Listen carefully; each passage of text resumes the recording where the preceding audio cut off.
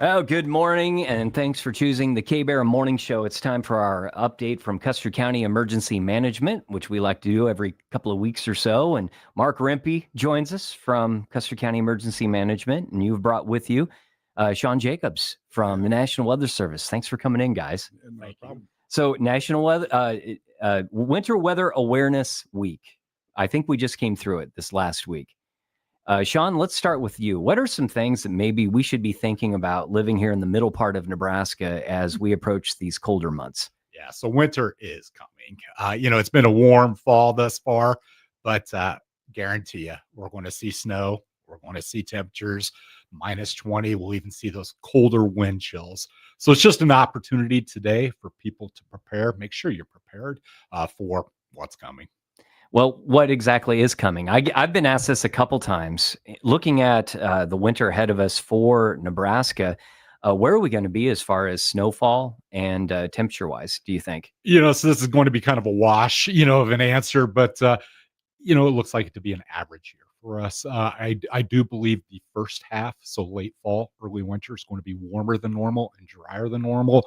But then we'll get some good systems come that back half of the second half of winter. And as we've seen the last few years, our coldest months have been, into February, early March, and that's what we're looking at once again this year. So again, I guarantee you, there will be snow and there will be cold temperatures. We're used to it here in Nebraska. Yes, we are. We don't know when it's coming, but it'll be here. Mark, let's bring in Custer County Emergency Management into this conversation. Talk a little bit about how you work with the National Weather Service and some of the processes involved.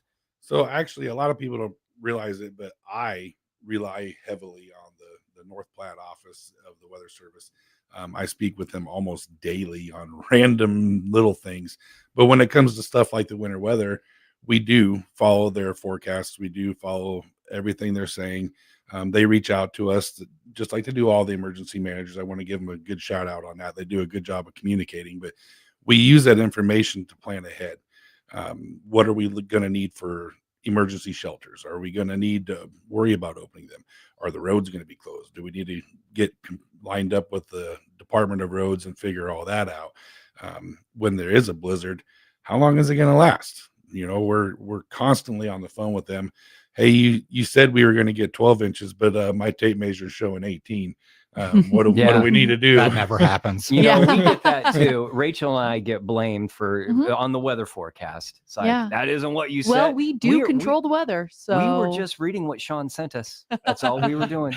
And I always put the request in, but sometimes I guess the request, it gets lost in translation. Shawn, are you sure you want to be on camera right now? Oh yeah. They're going to recognize him now when he's walking downtown. So you were talking about a recent certification. Could we go into a little more depth on that? Happily. I'm probably going to defer to Shawn here a little bit, but we just recently got certified as Weather Ready Nation. It's a certification that you follow some steps. I'm going to let Shawn touch on that, but we worked really hard and we were able to meet those steps for the people of our county. Not only that, but the people who come through our county. What does Winter Ready Nation? What does that mean for Custer County? So Weather Ready Nation, Weather Service realized it's been a few years, but we realized that we cannot do it alone. We need the weather enterprise. So the weather enterprise is not only emergency management, but it's Department of Roads, it's law enforcement, those first responders. It's the media like K-Bear. We all have a message, and all we're trying to do is get that message out to ensure that people take the action that's needed during bad weather. So Custer County, they've been a great partner. We do have Mark on speed dial, one of the few EMs that, when he says we talk daily, we do. But, it's just basically a formal recognition that we are working together because there is strength in numbers. When you see that your local community members like Mark, like Custer County Emergency Management, they know your people know them. Okay. They don't know Shawn Jacobs out of the North Platte National Weather Service office. So it's just a recognition that, hey, we work together. Now, I will also say that with this recognition, there is the opportunity for discounts countywide, flood insurance, because it really is a program that works. And it's not only cost saving for your county, but it just, again, it's, just showing that, hey, we work together. And, we great partners. We're blessed to have such great partners as KBAR, as Custer County Emergency Management, all the media and Yeah. emergency managers. I just want to thank the both of you on behalf of our team here at KBAR, Mhm. because you're right. Mark is on my speed dial. When something happens, That might not be whether good. any kind of emergency in Custer County, it's like, well, Mark will know what's going on. Let's get a hold of him. And same with the National Weather Service. When it comes to a weather emergency or a disturbance of any kind, we've got channels where we can get a hold of you real time and stay up to speed.